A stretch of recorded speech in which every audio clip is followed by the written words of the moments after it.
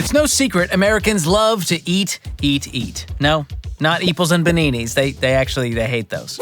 We're talking about nuggies and paninis, specifically from restaurants. On average, get this, Americans spend around $3,600 a year eating out. And thanks to inflation, the cost of dining out is getting more and more expensive. I mean, the prices at Taco Bell will now make you want to run for the border and into the baño.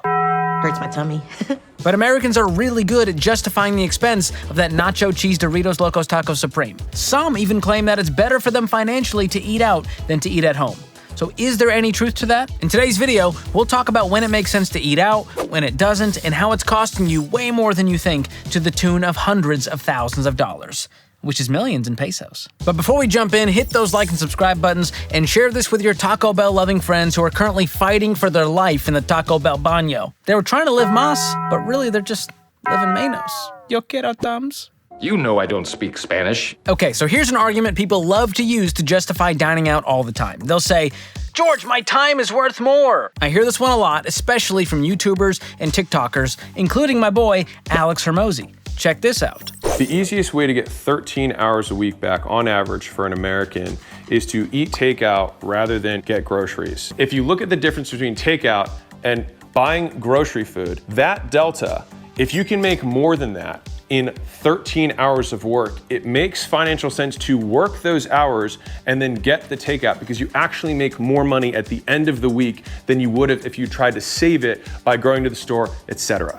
Now, to be honest, I didn't hear a word Alex said. All I could hear was, I work out a lot and you'll never get to my level. Now, aside from his Common Core math riddle, here's the truth. Normal, non-Hormozi humans are not gonna replace that 13 hours with extra work, okay? You're not a beast, bro. You're on YouTube watching my videos. I think we can all agree you're more like me than you are like him. Most of us are just gonna be using that time savings to play Candy Crush or catch up on Is It Cake? And I actually addressed this with Alex himself, and this is what he said when I brought it up in our Millionaires in Cars Getting Coffee episode. I do have some beef with the video. Never eat at home. You're an idiot if you eat at home. Always eat out. Caveat is if you're a single guy and your earning potential for the time that it takes you to grocery shop, prep, cook, clean, etc.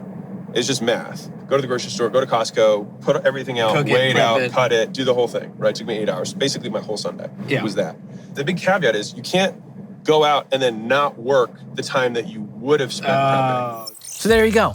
If you make 20 bucks an hour, your time is not worth 20 bucks an hour every hour of the day. Sure, if you're gonna work a side hustle and make extra money during those hours, then Hormozi's advice would track. But if you're a mere mortal like me, just eat at home. Another way people justify eating out all the time, I get credit card rewards for dining out. Now this is true. Credit cards might offer 2, 3, or 4 times the points when you spend money at restaurants. But think about it.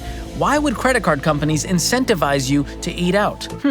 I don't know, maybe because they know eating out costs more than buying groceries to eat at home, and they want you to spend more so they make more money. That's a theory. Oh my God, no way. Look, I don't care how many credit card points or how much cash back you're getting for ordering the Bloomin' Onion. Wealthy people don't spend money just to save money. That would be like spending 50 bucks in a vending machine just to get $1 back. You might feel like you're winning here, but that's exactly what the credit card companies want you to think. You see, they're experts in consumer behavior.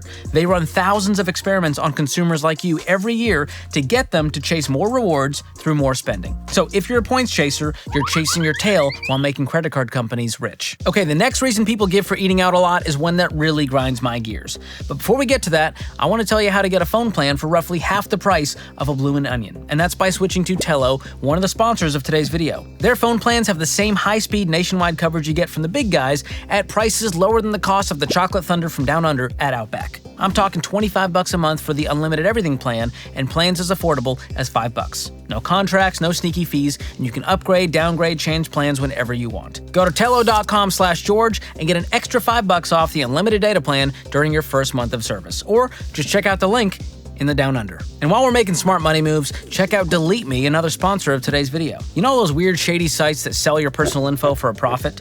Well, it's a great way for spammers, scammers, and stalkers to get access to your data and ruin your life. But the good news is Delete Me finds and removes your info from hundreds of these data broker sites, and they send you an easy-to-read report showing you what they did and how much time they saved you. And they saved me 44 hours already, which is more time I can spend perfecting my Australian accent. Arner, it's so good. Please don't do that again.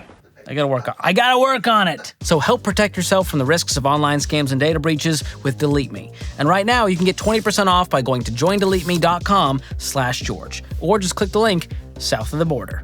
That's the description. Okay, back to the excuses. The final and perhaps most outrageous reason people give for eating out is, it's cheaper. Believe it or not, there are people who claim it is cheaper to eat out than to make a meal at home, including Golden Corral. Look, if you want to get your financial advice from a buffet with an unregulated chocolate fountain, you do you, brah. But if you do it right, eating at home is always cheaper than dining out. And yes, you might get a good deal every now and then when the local seafood shack is trying to get rid of some week-old lobster, or you get a really good coupon, or if you're John and Kate +8 and it's Kids Eat Free Night at IHOP. Sure, there are some exceptions.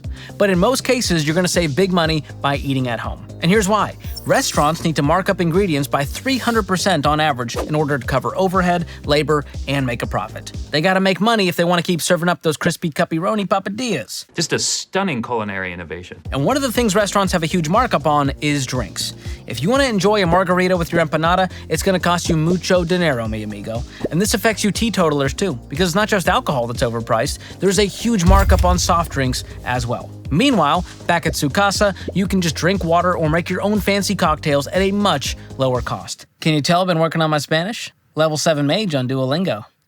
If you're a victim of the Duolingo wow, you're not alone. Plus, cooking at home allows for meal planning, which can really help you reduce food waste and save money. Oh yeah, and when you're at home, no tipping required. So those of you who have tipping fatigue, there's one more reason to eat at home. So yes, eating at home is cheaper, but how much money will it really save you? Will it be enough to make a difference? Well, here's an example. Let's say you're a family of 4 spending around $550 a month eating at restaurants, which tracks with the data from the Bureau of Labor Statistics. If you cut that $550 back to just $100 a month and get real intentional with your grocery spending, you could probably free up $450 a month. If you took that $450 and invested it every single month for 30 years, it could grow to over $1 million thanks to compound growth and the margin you created when you chose to cut the Cracker Barrel and instead BYOB, bake your own biscuits. Taste the biscuit. Taste the goodness of the biscuit. So yeah, cutting back on eating out can make a big difference. Look, I'm not saying you should never eat out. I love Outback as much as the next bloke. Just be intentional about how much you do it and be honest with yourself about what it's really costing you financially and health-wise. So how do you keep yourself from spending a butt ton of money eating at restaurants, ordering takeout, and having food delivered? The answer is simple. You make an intentional spending plan where you give every dollar a job and you stick to it. And the best way to do this is with the EveryDollar app. I'll drop a link below if you want to check it out. And here's my challenge. Estimate how much you think you'll spend on food this month. Then track in the EveryDollar app and let me know how much you actually spent once the month is over. I will bet you'll be shocked, appalled, even sorprendido. And if you want more ways to save money on food, check out this video to find out the best grocery hacks from the most frugal people I know. I'll also drop a link in the description below. Thanks for watching. We'll see you next time.